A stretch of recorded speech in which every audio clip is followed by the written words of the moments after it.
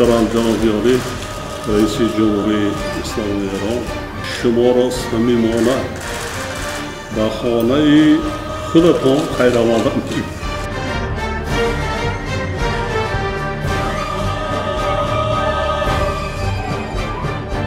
شور طوفانی که در جام است، لیک اقیانوس آرام است. پرچمش از رستم سام است، فخر او سینا و خیام است. مظهر خورشید تابان است، تاجیکستان است و ایران است. تاجیکستان است و ایران است.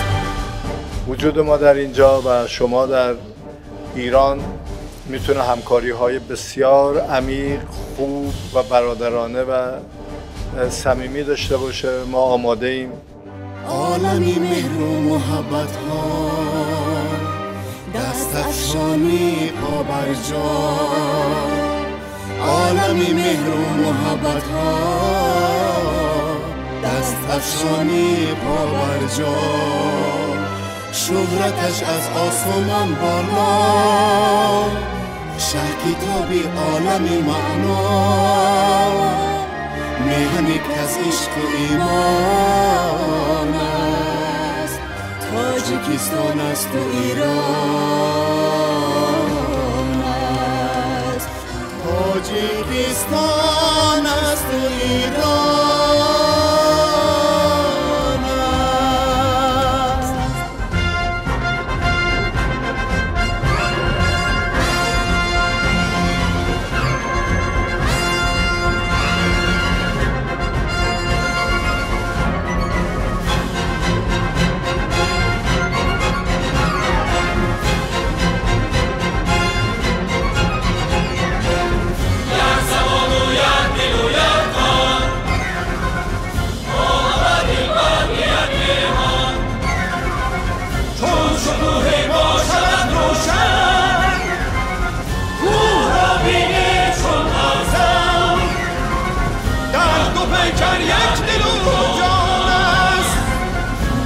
تاجیکستان است و ایران است.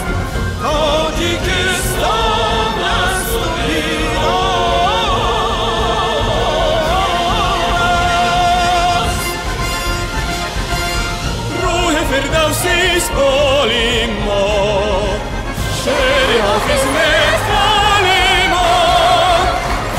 از کجا باید کمالی ما، گوش به هم پیچیده حالی ما. تا قیامت رودکی خان است، تاجیکستان است و ایران است. تا قیامت رودکی خان است، تاجیکستان است و ایران است. بوی جوی مولیان آید همی، یاد یار مهربان آید همی.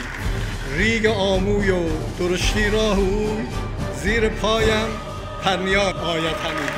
سختی راه آسونه، یاد دوستان و یاد یاران. هیچ شادی نیست اندر این جهان برتر از دیدار روی دوستان. ارادتمند.